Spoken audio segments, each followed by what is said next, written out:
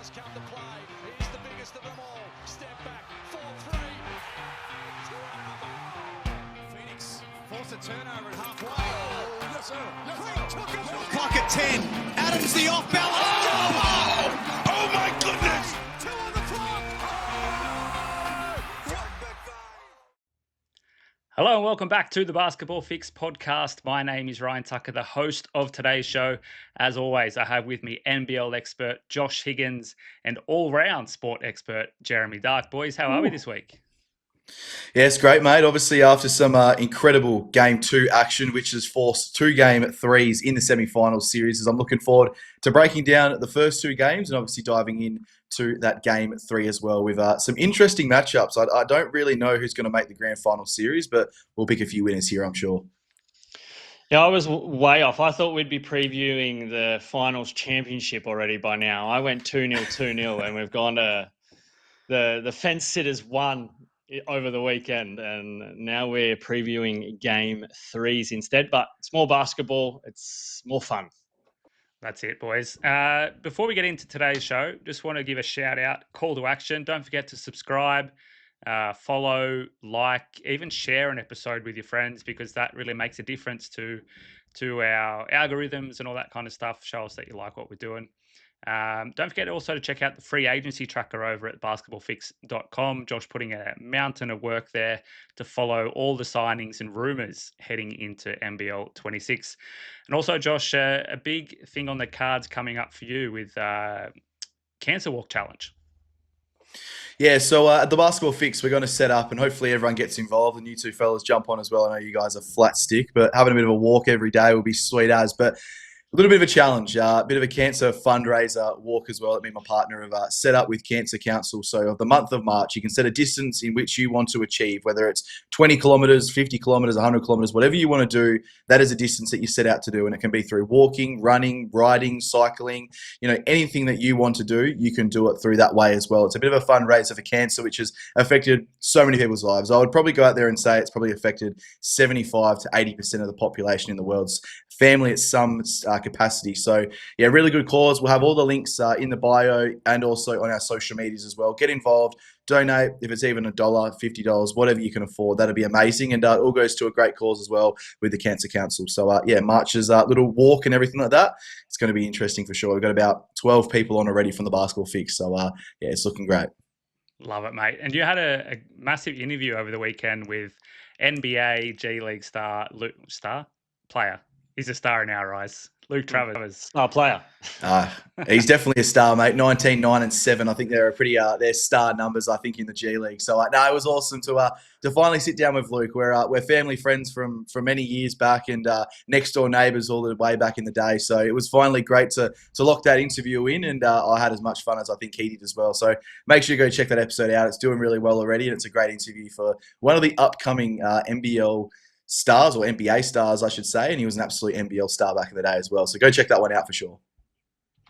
Now, boys, today's show, we're going to take a look back at the 2 first games of each semi-final series and touch on the points that we've taken out that we think are important and what we want to discuss from each semi-final series. And then we look ahead to Game 3 and predict who will be in the Grand Final series. It's so exciting. Perfectly, I think the NBL knew that we record on a Monday. They let their Monday be Game 3 so the Basketball Fix can record beyond the buzzer and all set for Tuesday, Wednesday. Josh, Perth, Melbourne. What a series. A real back and forth effort.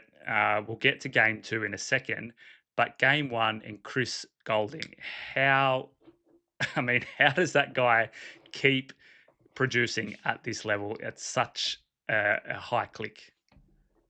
Yeah, well, I think the best word to describe CG43 is CG43, and he was unbelievable. 10 3-pointers in this particular matchup against the Perth Wildcats in game one. And when you go back and look at the stats here and have a bit of a deep dive into it, it was a relatively close game until he pretty much came on in that third quarter and scored 15 points, 4 from the 3-point line and 3 free throws as well. So he had a pretty rocky start. He had 3 fouls before halftime, vented his frustration, as everyone's seen, in the tunnel there as well before coming back out there and really getting back involved in the team sort of atmosphere as well. But it was a pretty incredible game. I think most people would have thought the Perth Wildcats were going to win when Chris Goulding had 3 fouls going into that third quarter. And, Bryce probably didn't have a Bryce Cotton game, but still ended the game with 22 points and 6 assists. You'd probably be happy with that from a Shea Illy standpoint and from a Perth Wildcats perspective as well. And you probably look at the other 2 big guns in Christian Doolittle and obviously Keanu Pinder, who both starred for the Perth Wildcats in different ways. I think Christian Doolittle was unlucky. There seemed to be a bit of a lid on this game for the first probably 5 or 6 minutes. Not many teams were making shots, and then that last sort of 4 to 5 minutes, it really kicked up in scoring. But so many of the Christian Doolittle little mid-range shots that he makes every single day just weren't going in. And then in that last quarter in particular, there's been plenty spoken about it. Keanu Pinder just couldn't finish around the rim. He had about 5 or 6 missed shots in a row, which really cost the Wildcats towards the back end of the game. But it was all Melbourne United for a lot of the way there as well. They walked away with a nice little win here as well. That little 12-point buffer, which was really good for Melbourne United going into game 2, which I'm looking forward to breaking down very shortly. But it's going to be tough though. John Cain Arena, it's an incredible home court advantage for Melbourne United. And they've been such a good team against the Perth Wildcats in particular for such a long period of time. So it was an incredible game, and CG 4-3 was the winner. And Jez, the difference in that game, as we've been speaking about all season, was the Perth defense. They just couldn't get to Chris Goulding. And, we've spoken on ahead of the game, we've spoken on the group chat, we've spoken just, anytime we've had a chance to speak about it, about how they just totally missed the boat about getting and locking down Chris Goulding in that game. I also want to touch on Bryce Cotton and the amount of shots that he was given. Do you think that it was a plan from the Wildcats to limit Bryce Cotton's shooting, or was it just something that happened with Doolittle and Pinder? They were hitting, and it's like, give them the ball, and Bryce Cotton takes a back seat. I think in the first game, it was 2 very different games when it comes to Perth, but I get the total amount of shots for Bryce Cotton has been the same. But I think in the first game, it was definitely you wanted to see Doolittle and Pinder attack hard at the rim, and that's exactly what they did, and they did get great success from that. But when it comes to Bryce Cotton, I don't know, I'm a little bit puzzled about it. I sort of really want to discuss this ultimately with Josh, because it feels like Bryce Cotton is, I don't know, almost being underutilized in a way. He's taking 12, 13 shots in both of those games. And when you compare it to Chris Goulding, who's taking 18 and 20 shots, it feels like obviously he's getting heavily marked, and Melbourne United are defensive specialists compared to Perth, and he's getting shut down. So Perth need to find different ways. First, it was in the first game, it was Pinder and Doolittle. In the second game, it was obviously Dylan Windler who went absolutely off. So Bryce has sort of had to become, I don't know, he's got to be the one that's creating space for these secondary scorers. But when it comes to Melbourne United, they don't have to worry about that, because Perth are and have been all season pretty horrible when it comes to the defensive end of the game. And they're just sort of choosing the wrong, and they're going under when they should go over. They're going over when they should go under around these screens. And Goulding's just always finding a way to make space. That's one, Melbourne United are very good at creating space for Chris Goulding. But on the other hand, Perth are very, very poor at marking tight enough on him. I think, there was a timeout there that I think we discussed twice, I think, off air, where straight after a timeout, the ball's going to Chris Goulding, and the ball goes to Chris Goulding, and Perth aren't there, and he drops the 3. That was after sinking 2 or 3 threes in a row, I believe, in that third quarter. So I think it's a real combination. But I don't know, Josh, do you have any insight on why Bryce Cotton isn't even sort of taking or attempting more shots? Is he just being the deliverer, or is he, what do you think really his tactic is there? It's a tough one, mate, because I think sometimes when you do have a superstar of his caliber, probably not getting the shots that he wants to have, it's sometimes okay to use him as a bit of a decoy. You get him out, you sort of, they're ball conscious and they're cotton conscious just as much as in game one they were Goulding conscious. But I think the glaring obvious, and I think this hasn't been spoken about enough, and we're talking about how Goulding can get into a game compared to how Bryce can get into a game. And people may disagree with this comment for sure, but Chris Goulding's 6'6". Bryce Cotton is 5'11", 6 foot. Now, it's incredibly hard to shoot over bigger defenders than it is when you're shooting over guys either your height or slightly smaller than you, because Benny Henschel's smaller than Chris Goulding.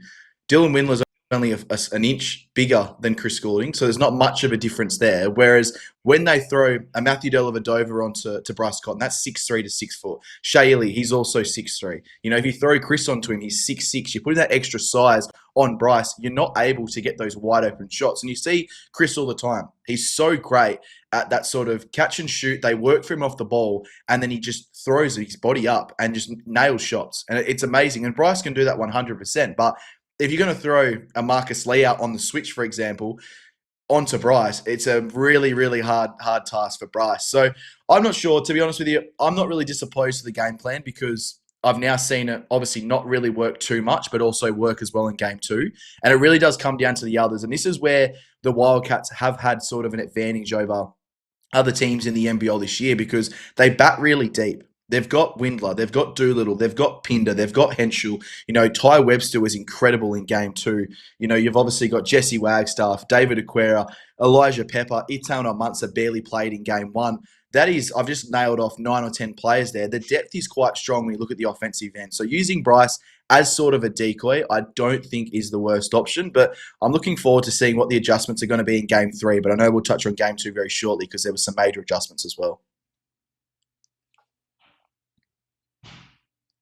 There is definitely something to take out of that game one, which we've seen the adjustment to game two. I was just trying to look here at the field goal percentage for Melbourne United. On the season, 46% from the field, 35% from three. In game two, 32% from three is not a massive difference. And it was definitely the adjustment that Perth made and Dylan Windler essentially taking control of the game. Josh, how did it feel sitting there in the arena, watching that unfold after being 20 points in the hole? Yeah, to be honest with you, mate, I think I put this in the group chat. It was either in our group chat or on the Basketball Fix group chat. And I honestly and wholeheartedly can say that I've never been at a game, whether it's football, whether it's NBL, whether it's anything like that, where the atmosphere was as electric as that. And you can be like, oh, you've never been to a big game. Well, I've been to Carlton versus bloody, Essendon at the MCG with 95,000 screaming fans. I've been to big finals at the MCG as well. I've been to massive finals at Optus Stadium for the West Coast Eagles. But I am genuinely saying that when I look at this particular game with 13,000 people in the arena, there wasn't a louder moment than when old Jackie White missed those 4 3 throws in a row. And I genuinely, wholeheartedly mean that. And, you could probably put that onto the time as well when Bryce Cotton hit that big 3-point shot going into three-quarter time. And then Dylan Windler with those couple of massive offensive rebounds, which turned into Ty Webster layups and a Dylan Windler 3-point shot as well. There were just crucial moments in this particular game, which just really got them going. And it was a hard one because I said this to our main man, Felix von Hoff, at three-quarter time.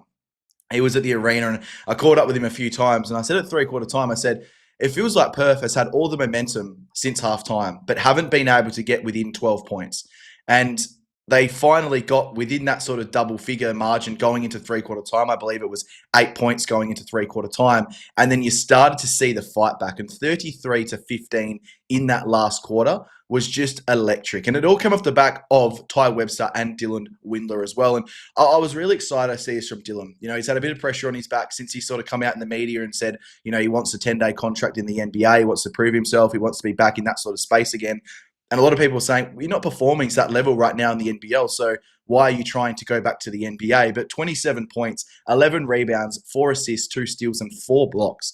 He wasn't just doing it offensively. Like, I didn't even know live he had the 2 steals and the 4 blocks. He was incredible. And I think everything he did was just an accumulation across the whole team. Like, you look at the box score for this particular game, Bryce Cotton, 18 points, Windler, 27, Doolittle, 17. A poor game offensively from Benny Henschel, but a massive game defensively. He was huge. I don't care what anyone says. He was a monster against Chris Goulding and Matthew Dellavedova in the second half. He got bullied in the first quarter, and I sort of sat there going, here we go again. He's going to have another one of those games where the confidence dropped. And when I actually watched the replay the next day, I saw he actually ran off to the change rooms in the second quarter for a little bit of a breather and probably a bit of a pump up as well, and came out and really just locked in defensively. And I had questions defensively about, that particular game and sort of can he match it in the NBA level. After watching that, I 100% can say he's 100% ready for the NBA if he does get picked up for sure. I think he's got both sides of his game humming right now. But yeah, this was a bit of a one-way game. And I guess the biggest question, which I want to throw to you boys right now, does this swing the momentum hugely in the Perth Wildcats' favour? Because they've just seen a 20-point deficit essentially just disappear. And the Perth Wildcats put on a massive run in front of a huge crowd. Jack White, I want you guys to throw back to me afterwards about him because I want to get stuck into Jack White, those free throws. But that's not just something mechanically wrong. That is all mental right there. 2 of 8 from the free throw line that particular game. I want to get stuck into him shortly. But yeah, what are your thoughts on the series, boys? Is this a momentum swinging game, or what are your thoughts? Jack White was too busy recording videos for you to focus on practicing his free throws. Yep. No, mate. Perth, for me, they're done and dusted. They're not going to win Game 3, and they're going to go into Game 3 thinking they have momentum and thinking that they are better than what they are. But it was only an offensive masterclass from Dylan Windler that allowed and probably a bit of a turning off the clock for Melbourne that allowed Perth to get back into that game. Perth's defense is still horrendous through both of these games at different times. I think Perth have lulled themselves into a false sense of security here. I don't know. I'm just scrolling through right now. I don't know. I'm going to push back a little bit and say that it could certainly be a defining moment for Perth because of what they did to Chris Goulding. I remember, his box scores after, I think, the first quarter, he had 11 points. So he did basically sweet FA offensively for the rest of the game besides the first quarter. And we've been on Perth defensively for the whole year, and I was just on their poor defense. But I think the 89 points that they held Melbourne to in that second game, I was just scrolling, powering through now. It's one of their best defensive performances of the year. They have had a few games where they've held teams a little bit earlier in the season to 88, but and 84. But it wasn't Perth. It was Melbourne shooting themselves in the foot. It wasn't. Yeah, but I think Perth's defense. you take bad shots. Josh is giving Benny Henschel a whole heap of credit about putting pressure on Goulding, and maybe they were better. Maybe that's the swing. Maybe they've cracked the code, and now all of a sudden they're going to ride this momentum, take what they took out of that game. For me, the momentum swing, I don't think it does a lot for Melbourne when we're talking about the psychological side of things. I think this obviously boosts Perth, and sort of if that was a tight game the whole way through and then Perth just edged Melbourne to win, would give them that psychological sort of battle, I think, to win that close game, which would have been good. But I think in one sense, it sort of gives them this boost. We can actually pump these guys because they came back from 20 down and did everything right.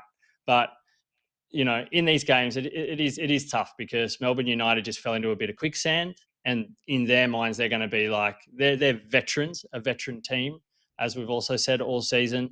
And they know that these types of things happen in a series and they've got to be able to adjust and bounce back. But I think it boosts Perth's confidence a lot heading into Game 3 that they came back from 20 down. Should we let? I reckon Ryan's been hanging out with Xavier Cooks.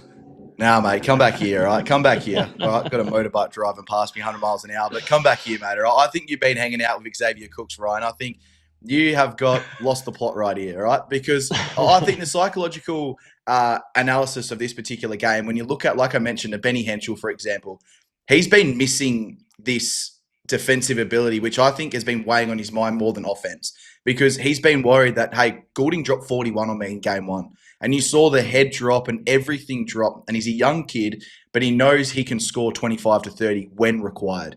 And that is the missing piece right now for the Perth Wildcats. I don't think it's Keanu Pinder necessarily. I know it's not Doolittle. I know it's not Windler. I know it's not Cotton. It's Benny Henschel. And it's just giving them 10 to 15 points. And that's all it needs to be. That's the difference maker right there, because you look at Melbourne United, offensively, this team can't go with the Perth Wildcats. If you're looking at this team from a pure scoring stability, it's Chris Goulding and Ian Clark.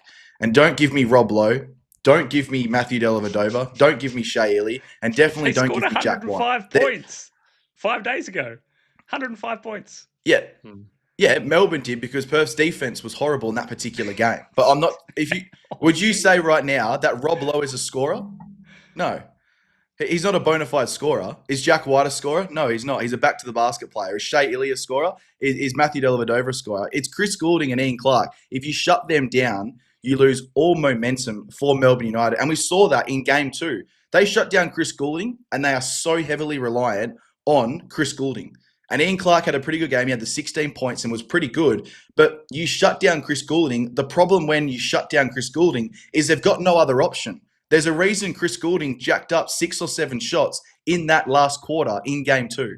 It's not because they've got a plethora of other scorers like the Perth Wildcats do. It's because they go to the well with the one thing constantly all the time. And if it doesn't pay off, you see like a game like this where they're fucked. They are purely fucked.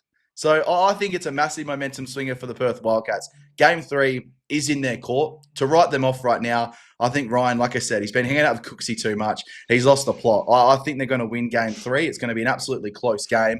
And I'm not speaking from the heart. I'm just speaking from what I saw in game 2. Momentum is up, and Ty Webster's the piece.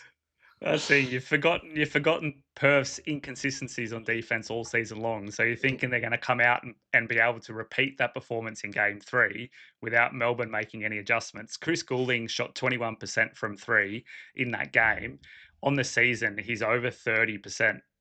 There's no way Chris Goulding is having 2 sub 30% games from 3 in a row. It's just not happening. Cotton probably averages 25 field goals attempt throughout the season as well, mate, and he's only had 12 and 13. If we go off statistics, it's the playoffs time now. Everything's different. Structures, the way people hone in on people and everything like that, it's a different breed of game. I don't understand when we look at statistics. They're good for so long. And that's why Perth almost went out in straight sets, because if it wasn't for Dylan Windler, Perth would be gone, because Bryce Cotton has taken 24 shots in 2 games. It's not enough. Bryce Cotton is the best scorer and the best player on that team. He's the best player on the court, and he's having, the 5th total amount of shots out of any player on the court? What are you trying to do to me? Discrediting one guy, though, mate. Give the guy the ball. I love seeing this battle between Josh and Ryan. You're discrediting. Hang on, Jess. 2 secs, mate. 2 secs. All right. You're discrediting one guy. You're discrediting one guy. All right. Ty Webster was the key to the game early on. All right. 13 points, 2 rebounds, 2 assists. Statistically, a really great game from a guy who played 20 minutes, had the highest plus minus on the game with a plus 13. When he came on, momentum shifted for the Perth Wildcats, and he was the constant factor. Him and Dylan Windler are the reason they won this game. And when we look back at game 1, who missed 3 quarters in game 1? Ty Webster. He's the glue guy. I've been calling him all year the glue guy. All right. He didn't play 3 quarters in game 1. He is the glue guy for the Perth Wildcats because he defends hard. He takes on a Goulding, he takes on an Illy, he plays hard, and he pushes the pace, which really opens up the Perth Wildcats. So I think we're still discrediting the Perth Wildcats a little bit. There's a reason they finished 3rd, and I think they're going to win game 3. Let's move on now before I lose my absolute shit. 3rd one. All right, take a quick break. The Jack White slander, we'll have to wait for another episode. Take a quick break and come back and talk about the other semi-final matchup.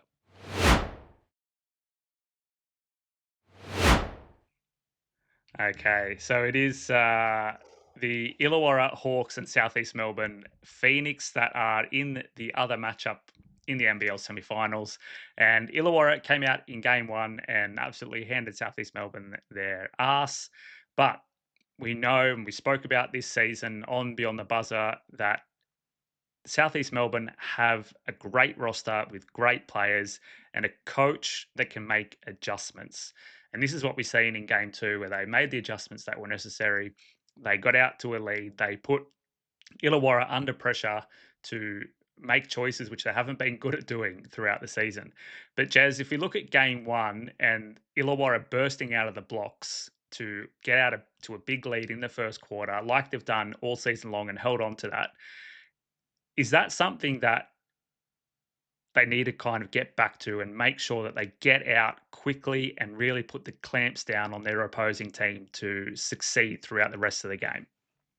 Yeah, absolutely. I think it lays the platform. I think any team, that's got to be the goal of every game for every team, is to lay that platform and have the best first quarter you can have. But like, to be honest with you, I don't think we haven't seen the best of Illawarra. Even in game one, like you said, that they put the clamps on them, but they didn't. They lost that first quarter lead. They went down by 7 going into the halftime break. And then they put the clamps down in the third quarter, or was it once again Southeast Melbourne shitting the bed like they did in their 2 play-in games? But they just turned off in the third quarter and went down. I think they got outscored 32-12 in that third quarter. So I think we've got for Illawarra, you've got to see them put their best game together, and they do that at home. They found a way to win. But if it was laying the platform in the first quarter, I don't know, it obviously helps. But I think they just got things right. You had Trey, Kell and Tyler Harvey both just having absolute blinder games as they have all season. Probably the best guard combination that we've seen in the league in NBL 25, because when those two guys are both hot, I don't think you can do a lot to stop it. So I think that was the biggest difference. They hit their shots, and then Southeast Melbourne just disappeared in the third quarter and couldn't make the adjustments. So that was sort of what I took out of that first game. And obviously, Blanchfield. They had no answer for Blanchfield coming off the pine. You're usually worried about sort of Hickey and Albridge and Lee, but Blanchfield come out and was just unstoppable. I think he dropped like 4 threes. Yeah, 4 threes from 9 attempts. So that was the big difference, in my opinion, in that first game. Yeah, definitely Blanchfield turning back the clock. He was a breath of fresh air and energy. And Josh, the Illawarra bench has been their strength all season long, that they can pick and choose, as Josh said. It could be Albridge, it could be Hickey, it could be H.J. Lee, it could be Blanchfield, it could be Darius Days. And having that kind of bench power available to you, and having either one of these guys or multiple people standing up when their ticket is punched or when the bell's rung, or whatever metaphor you want to use, it's made a big difference for Illawarra all season long, and it did as well in game one. Yeah, I love their bench. I think their depth is well and truly up there as the best in the competition, and we've spoken about that all season long. This is not a new conversation and a fresh conversation. When we look at it, Blanchfield had 16 points, 6 rebounds. Will Hickey, 6 points, 9 rebounds, 7 assists, 2 steals. And then it sort of peters off a little bit from there. Albridge had the 7 points and the 2 rebounds. And Dan Greeter had the 7 points, with Darius Days only playing the 4 minutes. And looked a bit out of it come game one. And it's understandable. It's the first game back in just over a month. So I understand that to a certain degree as well. But the one question I have with their bench is the big man department. And the only reason I have that is just because of the matchup that they're playing. And I know Matt Hurt had a really poor game in game one, had the 10 points and only the 6 field goal attempts as well, 3 from 6 from the field. That won't happen again, and that didn't happen again in game 2 where he dropped 30 points. But there's a bit of a worry there for myself with the backup bench rotation, because Sam Froling is one of those players, whilst he's a very good player in a really good system, I'm not sure the consistency's there for him every single night. And we see that all the time. And when you're sort of the number one guy, it is going to become a problem in this series. And it was in game 2, and I think it's going to be in game 3. They're going to go to Matt Hurt, and they're really going to target Sam Froling, because they did that in game 2, and they sort of allowed Matt Hurt to play his natural game. The 3-point shooting was exceptional. The Dirk Nowitzki-esque fadeaways with his ugly jump shot, everything was working, whereas game 1 it wasn't.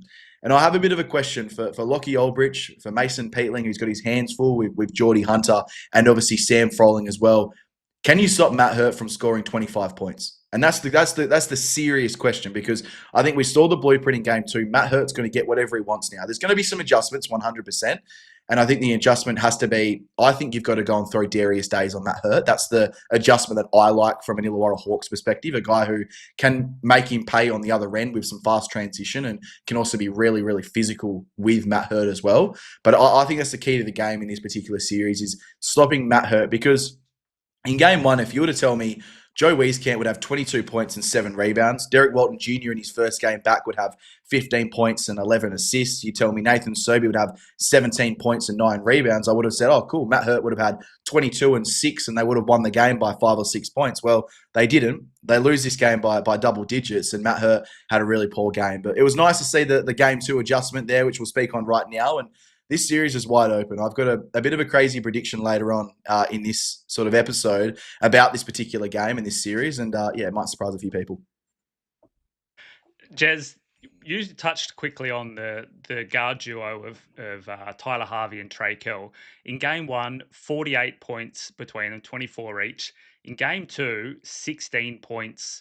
Trey Kell, 1 of 10 from the field. Tyler Harvey, 3 of 13. And also, Trey Kell going 0 from 6 from deep. Is this something that is just okay, they've had an off game, they've had an off shooting night. As I said, leading into this series, it's Illawarra are going to lose it. If they lose, it's because they've been having a shit shooting night. Is this something that you should be worried about as an Illawarra Hawks fan, that these guys aren't shooting? Or is it okay, they've had a bad game, they can get back to it. It's not the Southeast Melbourne defense that's made them missing those shots. I think it is a concern because you don't want them to be they can't have another one of these nights where they shoot so poorly. But what I think it is to do with really, it's the difference in Southeast Melbourne's defense when they play at John Cain Arena or in Melbourne compared to the way that they play defense when they're on opposition court. They're a completely different team. They average, I believe, when they're playing at home, they average just 89 points against all season. Where when they're playing away, I believe they've allowed 8 of 9 games, they've allowed over 100 points. And I just think that it's just their adjustments. They play much better defense at home. So you can expect, if you're following trends, I think you can expect that Harvey and Kell are going to have a better night when they play on their own court. 1, because they're playing at home. 2, because Southeast Melbourne do not play the same type of good defense on opposition court. So, but it was just crazy. I sort of broke down this second game pretty hard and looked at a lot of possessions. And it was a really good point that Josh brought up, because you saw sort of on the offensive end, you saw in that first game, Wieskamp and Derek Walton Jr. getting a lot of points. In the second game, they were extremely active defensively. You saw Derek Walton Jr. and even Nathan Sobey, and along with Angus Glover, really, really focusing on shutting down Tyler Harvey. And when it comes to Trey Kell, Wieskamp was absolutely all over him for most of the game, along with Matt Kenyon. So, because when Matt Kenyon was on the court, he was taking Trey Kell, and because Wieskamp was all over Blanchfield. So Blanchfield couldn't do as much when he was on the court, and they sort of just they shut down Kell. He had to work so hard for his shots, and when he actually got the ball, he had run over half the court to get a free shot. And I just think he had to work way too hard. And then when he had his opportunities, he missed them because he wasn't getting enough. He wasn't getting enough clean ball. So it really sort of put him off. And then you even saw him miss a few free throws and stuff like that, which you don't really see a lot. So they just put so much pressure on them defensively. They really focused on putting pressure on their guards, and it had a massive effect. Yeah, well, I think there's a few other things as well. We've got to mention, I think, Southeast Melbourne's guards depth. It's been spoken about a few times. We've spoken about this. Defensively, they're quite good. I think Derek Walton Jr. is criminally underrated, and it's for no other reason than just the sheer size of that man. He is massive. My missus loves watching him because he's got the fattest ass in the NBL, but it is all muscle. He just moves well. He gets to the right spot. He makes your life hard. Then you speak about Matt Kenyon as well, who's not a guard, but can play and defend like a guard because he's so agile. He's very quick. But we've missed one guy, and you may have mentioned him there, mate, because I was thinking about him. But Owen Foxwell was just enormous. on Tyler Harvey. He just closed the space. Tyler Harvey loves the little step to the side three-pointer or the step back three-pointer. Owen Foxwell was meeting him before Harvey even knew what he was going to do. It was incredible to watch. Again, another young guy who was finding his feet at the NBL level. He just held Harvey so well in that second game. And I know you speak about the differences between being at home and being away, but I'm not sure sometimes it helps necessarily in certain statistics and everything like that, because what you've got to look at more is what are these coaches doing adjustments-wise that make you sort of swing your favour a little bit to one team from the other. And the adjustments were make Harvey and Kell's life extremely hard and let Froling have whatever he wants and let Geordie Hunter and Matt Hurt defend inside. So keep feeding Froling, keep feeding Peatling, keep feeding Blanchfield, everything like that, and just see if they beat you. Because if they beat you, good riddance. Unlucky, whatever. That's as simple as it is. But whereas if we hold Kell to what they did and they hold Harvey to what they did, they win the game, they win it convincingly, and Matt Hurt is allowed to have his game because Froling drops his head because offensively he's not playing that well. So there's this snowball effect constantly, which we always see in basketball. So really, really good and great coaching performance there by Josh King. And I think he'll be quietly confident going into game 3. Josh, I just want to touch on one more thing before we get into the game 3 and look forward, and it's the free throws from Illawarra. 58%. And I know this thing has been very big on the Hawks Hangout podcast with Sam, Corey, and Grace. They speak a lot about the free throws and you know how difficult it is as a Hawks fan to watch these games and the way that they just are massacring these free throw attempts. If they had have hit the same percentage as Southeast Melbourne, they would have won the game. They had 29 attempts, one more or two more than what Southeast Melbourne had in the game, and couldn't convert. Could this be something that will see them possibly lose game 3 and they'll be looking back and saying, "Oh, our season was hanging on our poor free throw percentage"? Yeah, well, it's a tough one, mate, because when you look at free throws, a lot of it's between the years more than it is mechanical structure. You know, most of these guys can shoot. Like, you look at the uncharacteristic ones, Toddy Blanchfield, 0 of 2 from the free throw line. If you told me that earlier on, I would have been going, what are you on about? You know, you probably would have went, what did he go in this game? He went 2 or 4 from deep. So to go 0 of 2 from the free throw line, a bit whatever. And when you go down, I sort of don't get too worried because I see, you know, Dan Greeter, 0 of 1 from the free throw line, only played 11 minutes. Lockie Aldrich, 0 of 2. You got HJ Lee, 2 of 4. That's a little bit uncharacteristic, but still only played the 14 minutes in these games. Sometimes we've got to think about when you're in rhythm and you're flowing, the free throws aren't a problem. But it's when you've got these really short, sharp rotations, which the Illawarra Hawks do have, it is hard to establish a solid grounding in a game. Even just having a jump shot, even defensively, it is crucial that this is where it could be the kryptonite. And it's what I want to touch on a little bit later. So I'm not going to go too much into it, but it could be their kryptonite when it comes down to too many rotations, too many people on the court. We don't see typically teams playing 10 or 11 players in playoff time. It's normally your 8 or 9 man rotation who's solid, set, has their roles, and only one else that comes in is from injury purposes or if a matchup's not working. So I'll leave that there for now. But yeah, the free throw thing, it's incredible that it's like this because we've seen it with Jack White, and we'll briefly touch on it. Jack White in an opposition building struggled with free throws, right? Then we've seen it with the Illawarra Hawks opposition building struggled with free throws against Southeast Melbourne. So it's all between the years, mate. And this is when it comes down to it. Every moment matters, every little shot matters, and every make matters. And like you said, mate, if they go at their normal percentage or Southeast Melbourne's percentage, they win this game. So yeah, it's crucial, mate. And everyone at the Hawks Hangouts are absolutely bang on as well. All right. Well, let us take a quick break, come back and look ahead to game 3 for both of these semi-final series.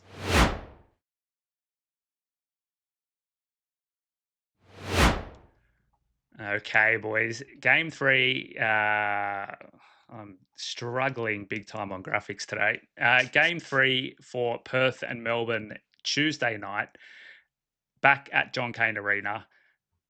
Josh, I want to go to you first, mate. Just let loose. Let us know what your thoughts are. How you're feeling in leading into this game. I'm shitting myself, mate, to be fair. I am putting on a fake facade right now, but I'm as nervous as all fuck, to be honest with you boys. And sorry for the swearing, but I am nervous for this particular game. I think Melbourne United are the team I didn't want to see until the Grand Final series. And for the reasons we've seen in Game 1 and Game 2, they can put massive runs on, But I think the thing that really got me excited in game 2 was seeing the Perth Wildcats put a massive run on Melbourne United. They needed to eliminate the bunny on the shoulder when it came down to the 13 out of 14 against Melbourne United and everything like that. So I think when it comes down to this particular game, I get it. It's in John Cain Arena, Melbourne's home ground. Chris Goulding, is he going to have the same game as he did in game 2? Probably not. Is he going to have the same game he had in game 1? Probably not either. And there's going to be some really big adjustments from both of these teams. And I still think the key adjustments, and I've spoken about Benny Henschel, but I'm going to throw another name in there as well for the Perth Wildcats, and I'm going to throw a name in there for Melbourne United as well. And they're the X factors. I know Overtime's been speaking about this as well. Who's the X factors in these series and everything like that. And I had a bit of a crack at Pete Hooley on Twitter about him saying Jack White is the X factor in this series when he first came out with it. But Jack White is 100% now the X factor in this series. He's been very, very poor from the free throw line. He's been quite poor inside. He's been poor rebounding wise as well. Luckily, he's been able to knock down a couple of three-point shots, which has been very uncharacteristic when you look at his whole season. Now, for the Wildcats, I know I mentioned Benny Henschel earlier, and he's still a huge X factor. But the X factor for the Perth Wildcats as well is Keanu Pinder. Being able to knock down those inside shots to take a little bit of pressure off guys like Christian Doolittle, Dylan Windler, and then obviously Bryce Cotton as well. He is just a one-man wrecking ball when he's on, but when he's off, he just looks like he is just uncoordinated like all hell. And he just throws his body around, spin move, tries to throw up a poor shot, misses it, head drops, everything goes to shit. They bring him off, they bring someone else on. So having that early confidence, I think you've got to target a guy like Keanu Pinder early. I've spoken about this so many times. Give him the first couple of shots. Allow him to get into the game, and you see a completely different Keanu Pinder as well. So I think that's a couple of things for the Wildcats and obviously Melbourne United. This game's going to come down to the three-point shot. It has in both of these games. We've seen both teams have massive moments. Dylan Windler in game 2, Chris Goulding in game 1. Who's going to be the star player in game 3? We'll find out very shortly, boys. Tomorrow afternoon, I am absolutely excited. Josh, just a quick one back to you here. The ability to make adjustments on the fly. So John Riley versus Dean Vickerman, which team will be able to adjust on the fly if they're down in the hole and need something from their coaching staff to get them back in the game? Well, it's an easy one, to be fair, I think, when you look at strategy-wise, and that's the adjustments that Dean Vickerman can make from a Melbourne United perspective. But when I look at personnel, I think the Perth Wildcats can be a whole lot more dangerous with their changes in strategy because they've got that extra little bit of flair if they do need it. So to answer your question, if you're looking at pure strategy, I'm 100% looking in Dean Vickerman. He's proven it time after time again. But if I'm going down to personnel, it's going to be JR. So that's why this matchup is just so intriguing. You just don't know which way to go. You know, strategically, Melbourne United probably should be done right now. They should be chilling out and ready to go. And, you know, the old NBA saying the Perth Wildcats should be in Cancun. But the Wildcats absolutely obliterated them for that last 12 minutes in the game and really flexed their muscles as well. So, yeah, it's going to be an interesting game. And I'll give my predictions after Jez has had his little bit of a say as well. Yeah, I was going to say, Jez, now that we've given Josh a couple of minutes to say what he wanted to say and get all the Perth kind of bootlicking out of the way, you and I can have a proper discussion about basketball here and the difference between these two teams, and you know, not a one-sided circle jerk around the Perth Wildcats. FIFO Pinder. Josh did touch on Pinder being an integral part of this upcoming game, and I believe he will be as well. What are the chances? You know, you and me try to be a little bit statistical minded and analytical. What are the chances that he comes in and can repeat the effort that he's shown in his good games this season compared to him coming in and you know, turning up, what do you say, turning up spades or turning up aces? I don't know, being shit. Yeah, well, I don't know if he played besides everyone said that he had a really, really poor game in game 1. But at the same time, he still got a double-double.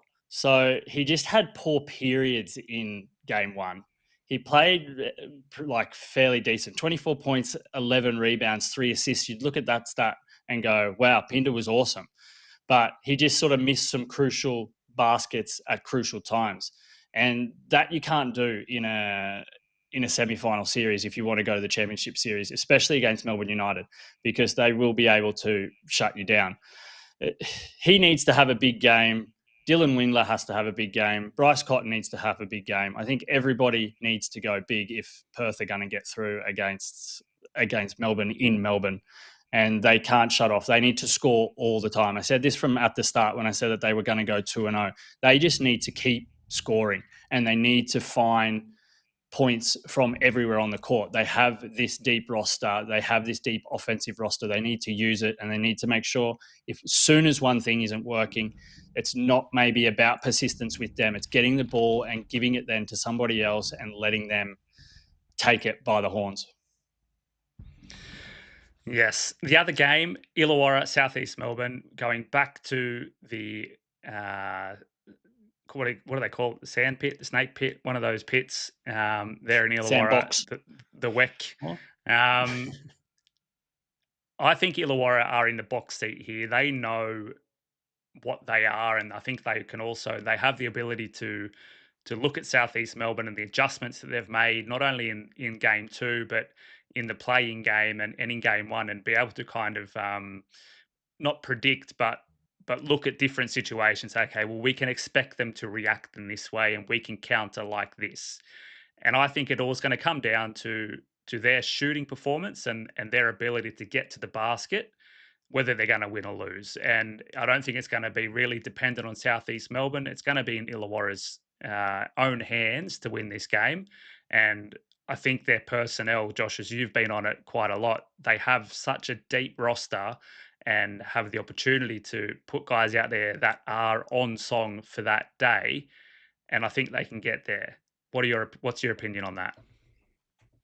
Yeah, well, to use Jez and yours analytical skills, as you sort of spoke about before, for the Illawarra Hawks to win, they're going to have a big game out of Trey, Kell. They're going to have a big game out of Harvey. They're going to have a big game out of Froling. They're going to have I'm just joking, but I'm just going off what Jez was sort of piggybacking off about the Perth Wildcats. Of course, you've got to have a big game from all your star players, mate. All right, let's just settle down from there. But I think this game, and this is where I wanted to dive in a little bit deeper to what I was sort of mentioning before. Sorry, Jez, bit of a drive-by there, mate. You've sort of become a bit of a custom, a bit of a package with yourself and Ryan. But what I spoke about before is where I get a little bit worried for the Illawarra Hawks, and it's the bench. Now, whilst it's great having this major, incredible bench who can come on and drop 70 points as a collective, it can also be a bit of a handbrake or a hamstring, because what it can do is you can be quite reluctant to play your star guys who you've rolled with all year.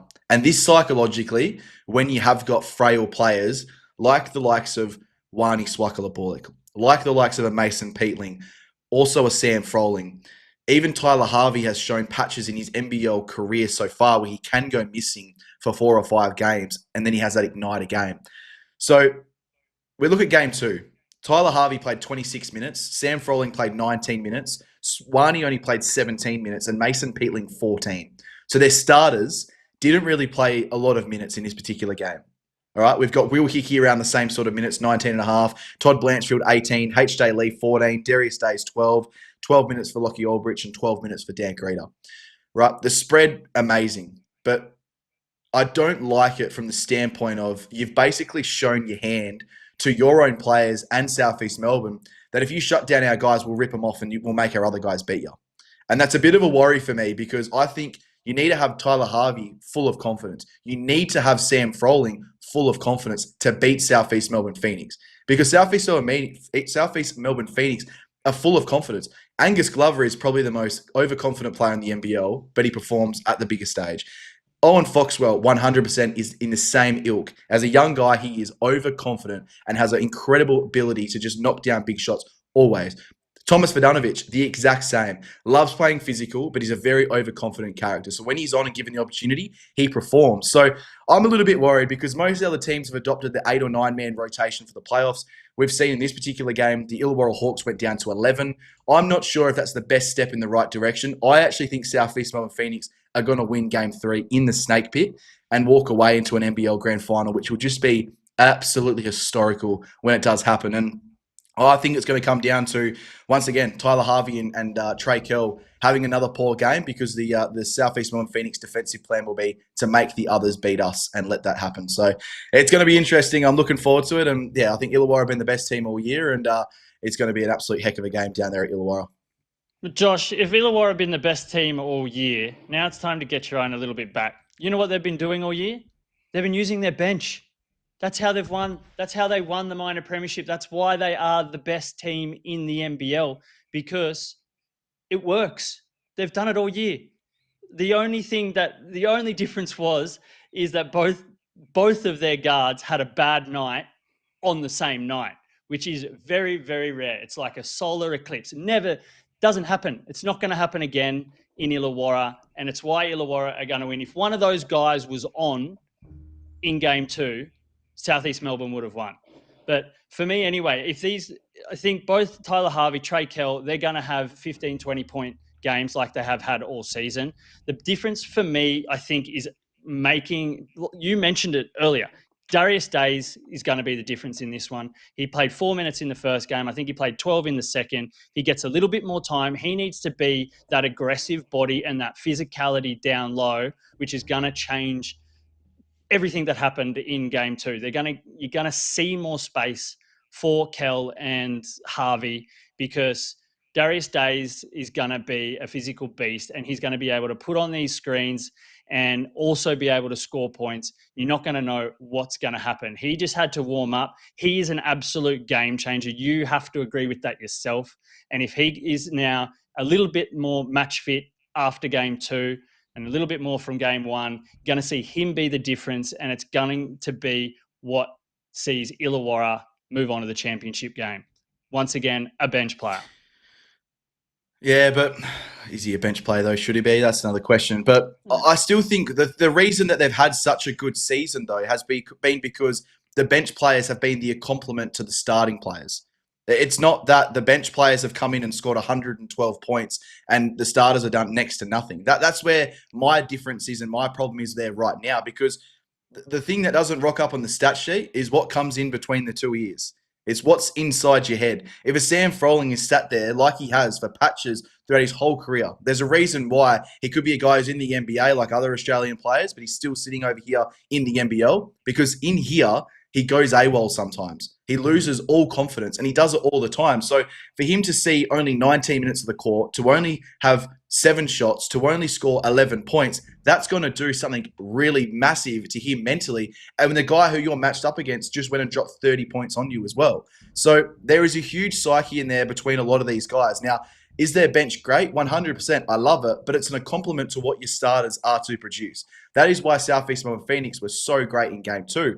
And even game 1, they weren't too bad, but you look at the starters, 30 points from Matt Hurt, 25 points from Nathan Sobey, and then you go down to the bench of, again, a 9-man rotation for Southeast Melbourne Phoenix. Angus Glover, 16 points. Owen Foxwell, 10 points. And then obviously guys like Malik Lewis and Matt Kenyon came on to shut down the other guys from Illawarra Hawks. So I love your point. I know 100%. The reason that they've been so great for such a long period of time this season has been because their bench has been the perfect little boost when one of their guys or 2 of their guys maximum have been off.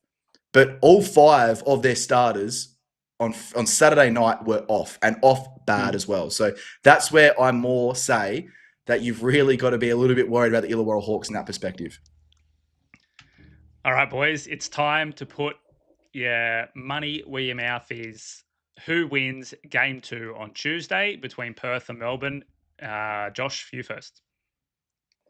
Yeah, I'm going to go Perth. I think it's going to be tight, but I actually see this game going to overtime. That's my little prediction there as well. It'll be an overtime win for the Perth Wildcats. We've seen it so many times there between these 2 teams, in particular at John Cain Arena. And yeah, I think the Perth Wildcats will be booking their ticket to an NBL Grand Final after a big overtime win. Jezza? Yeah, I want to say Melbourne United just to piss Josh off, because he's been a handful for the last 45 minutes. But I'm still sticking to Perth. I said that they were going to win the series 2-0. They put themselves in a bit of a hole in both of these games, but I think they'll get it together and win at John Cain. I am on Melbourne United to take the victory there and be the first team to book their spot in the Grand Final series. The second semi-final on Wednesday night in Illawarra. I'm going to take Illawarra to beat Southeast Melbourne and do it comfortably. Jez, who are you on in this game? Yeah, I'm on Illawarra as well. It's going to be 110 to 98. Darius Days is going to go big. Kell and Harvey both 20 plus. Josh? Yeah, mate, I'm going to ruin the party here. I think Southeast Melbourne Phoenix walk away winners in this one, just because I said, but the bench has been a little bit of a question mark for the Illawarra Hawks if they have to do too much in this particular game like they did in Game 2. I think there'll be some adjustments from both coaches. I think Matt Hurt will still have his way in Game 3, and I think they'll be on their way to booking their first ticket into an NBL Grand Final. So, yeah, it's going to be a great game, though. Both of these games are going to be absolutely outstanding, and sorry for my behaviour in these last 45 minutes as well, fellas. We love it. We love it. Imagine if it's a Melbourne derby. Could very well just about to easily say, be the... That would be amazing. All allegiances aside, if it was to be a throwdown grand final series, mate, that would be such great entertainment. Mm. Yeah, I think Big Larry would be quietly happy with that, to be fair. I think he'd be looking at himself in the mirror thinking he's a pretty smart man, I reckon, if both Melbourne teams rocked up. One, they're not having to pay for anyone to fly anywhere. They've just got everything set up in Melbourne. They always sell out the arenas. Money, tick, tick, tick for Larry. So he'd love that. I imagine it would be a great thing. But it's rigged. I don't think he'd love conspiracy. Yeah, That's it. yeah, could If be. Melbourne, We may if see Melbourne it. beat Perth, we have to look out for some dubious refereeing decisions on Wednesday night in Illawarra then. That's a whole nother episode. I need an episode on the Perth Wildcats, Melbourne United refereeing. That has been absolutely horrible. But that ends the show today. That's it, boys. For listeners and viewers, don't forget to check out thebasketballfix.com. You have your free agency tracker, game previews, and a heap of interviews and articles about basketball in general. It's the best site for basketball in Australia. Also, on the podcasting network, you can check out the one-on-ones that Josh has been charging through at an expansive rate over the past few weeks. The latest and best from Luke Travers there as well. And don't forget, Josh, give us a roundup about the Cancer Walk. Yeah, so through the month of March, it's been a long episode here, boys, but through the month of March, us at the Basketball Fix are going to be teaming up with obviously a bit of a group here as well, and we're going to be doing a walk for cancer. So you can do 20Ks, 50Ks, 100Ks, you can do 70Ks, you can do whatever you want to do during the month of March, but all you've got to do is make sure you sign up to the Basketball Fix team, join our team, start getting some fundraisers in and getting some money in as well for a great cause as well, for cancer, which has affected so many of our lives and a lot of other people's lives as well. So great cause, great initiative, and we're looking forward to being a part of it and hope you are as well. It's a great initiative that by your missus, Josh, so you can have an ass like Derek Walton Jr. Huh? Yeah. Well, she set it up, so I'll give her full credit for that as well. She's been a massive driver of it, so it's awesome, 100%. Love it, boys. Thanks today. An exciting episode. A lot to look forward to over the next few days in the basketball world. We'll circle back in a week's time and dissect the grand final series. For listeners and viewers, we sincerely hope you've gotten your basketball fix. Which stars come to play? He's the biggest of them all. Step back, 4-3. Phoenix forced a turnover at halfway. Yes, sir. Clock at 10. Adams the off balance.